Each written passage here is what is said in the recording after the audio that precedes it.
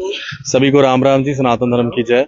कोलकाता के अंदर जिस तरह से एक बच्ची के साथ पहले का रेप होता है, उसके बाद उसका मर्डर होता है, वो पूरे देश की बेटी थी और उसके बाद आज जो है सभी लोग जो है इसे कंडेम कर रहे हैं। हमारे जम्मू के भी जितने एडवोकेट्स हैं वो सभी जो है कंडेम कर रहे हैं। मैडम दीपिका जी हैं और बाकी एडवोकेट्स भी हमारे साथ। मैम, ये जो पूरा इंसिडेंट हुआ है, इसको किस तरह से आप कंडेम करते हैं? और एक मतलब कई लोग तो कह रहे हैं सिर्फ डॉक्टर्स की बात है, ये तो एक हमारे भारत की पूरी मतलब बेटी है। और क्या इस तरह की चीजें आज देखिए आशीष जी, मैं तो सबसे पहले ये बोलूंगी कि इसको कंडेम कर रहे हैं। एक सिर्फ एक वहां पे रेप केस नहीं हुआ है, ये पूरे इंडिया के लिए शर्मनाक बात है। हम देखिए हमारी बहन, बेटियां, माँ, सब लोग इसी परमिसेस में है। कोई यहाँ है, कोई बाहर, पूरे दुनिया में हम लोग हैं, पूरे इंडिया में हम लोग हैं।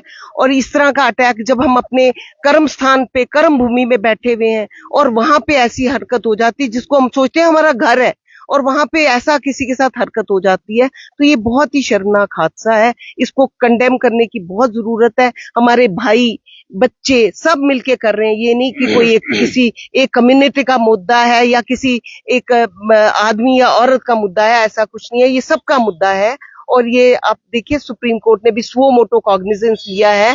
10 मेंबर्स की उन्होंने एक फोर्स कमेटी तैयार करी है, टास्क फोर्स तैयार करी है, जिसको ये बताया गया है कि वो जाके सिक्योरिटी का देखेंगे। वो वहां पे डॉक्टर्स, प्रोफेशनल्स, इसी तरह सब जगह जहां आपको पता होगा कि ऑलमोस्ट 19 के करीब, 18-19 के करीब एक दिन में यहाँ पे रेप्स होते हैं।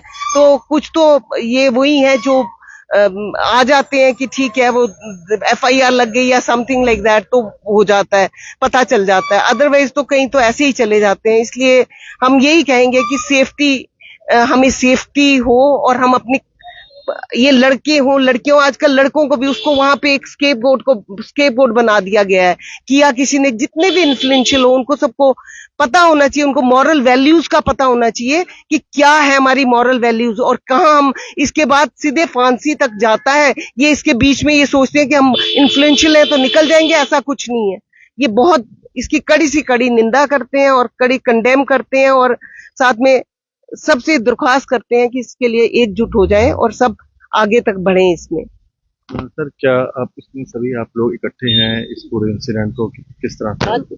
देखिए, ये मसला जो रेप का है, एक ऐसा मसला है, इसको जितना भी हम कंडेम करें वो कम है। इसके रीजन ये है, एक मसला डॉक्टर का नहीं है, जैसे मैडम ने कहा डॉक्टर का नहीं है, ये मसला वकीलों का है, ये मसला किसी दफ्तर का भी है, ये मसला किसी घर वालों का भी है। जो भी जुर्म किसी लेडी के साथ होता है या किसी के साथ भी होता है, वो क्यों होता है? पहली बात तो ये है, ये तभी बंद होंगे जब हमारे लॉ इतने सख्त हो जाएंगे कि कोई 10 बार सोचेगा कि मैं ये करने जा रहा हूं, करूं या ना करूं।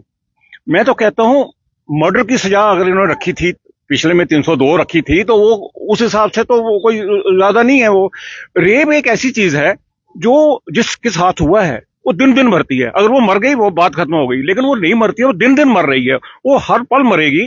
और इस चीज के लिए तो इतनी ज्यादा सजा होनी चाहिए। ये आप देख लीजिए, मोहम्मदन कंट्री कहीं ऐसी हैं, वहां क्यों नहीं होता ऐसा रेप?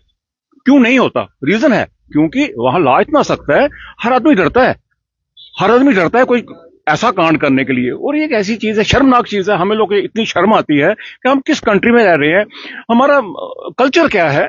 और पॉलिटिक्स इसमें तो बिल्कुल नहीं, कुछ नहीं चाहिए। पहले तो मैं ये कह रहा हूं, आजकल जो हम सुन रहे हैं कि क्या हो गया, किसने किया, प्रिंसिपल ने किया, किसने किया, क्यों किया? पहली बात तो ये, क्यों किया?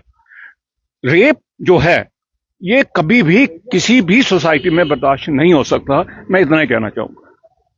हम आप सभी लोग यहाँ इकट्ठे हैं और इस चीज को मतलब सभी लोग कंडेम कर रहे हैं, क्या कहेंगे आप सभी यहाँ पे? सर, पहले तो इसमें सुप्रीम कोर्ट ने जो सुयो मोटो लिया है कल, और हमारे CGI ने भी ये चीज़ बोली है कि अगर वुमेन सेफ ही नहीं है तो हम उनको कैसे इक्वालिटी प्रोवाइड कर रहे हैं।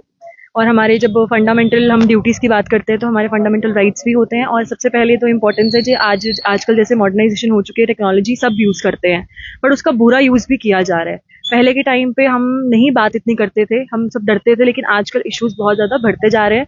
एंड सेकेंडली जो इनह्यूमन एक्टिविटीज़ हैं ये वो लोग कर रहे हैं जिनमें ह्यूमैनिटी नहीं है, एंड ऐसे मारना it is not a solution. और ये चीज़ जो उन्होंने किया है ये तो बियॉन्ड इमेजिनेशन है। एंड सेकेंडली ये जो हमारी मॉरल वैल्यूज़ हैं, पहले हम लोग कुछ भी सोचते थे तो हम पहले मॉरल वैल्यूज़ को कंसिडर करते थे। अगर हम मॉरल वैल्यूज़ पे ज़्यादा काम करेंगे और सबको घर पे इन सब चीज़ों के बारे में एजुकेशन देंगे तभी वुमेन सेफ हैं, मेन भी, बिकॉज बहुत सारे केसेस मेन के भी आ रहे हैं।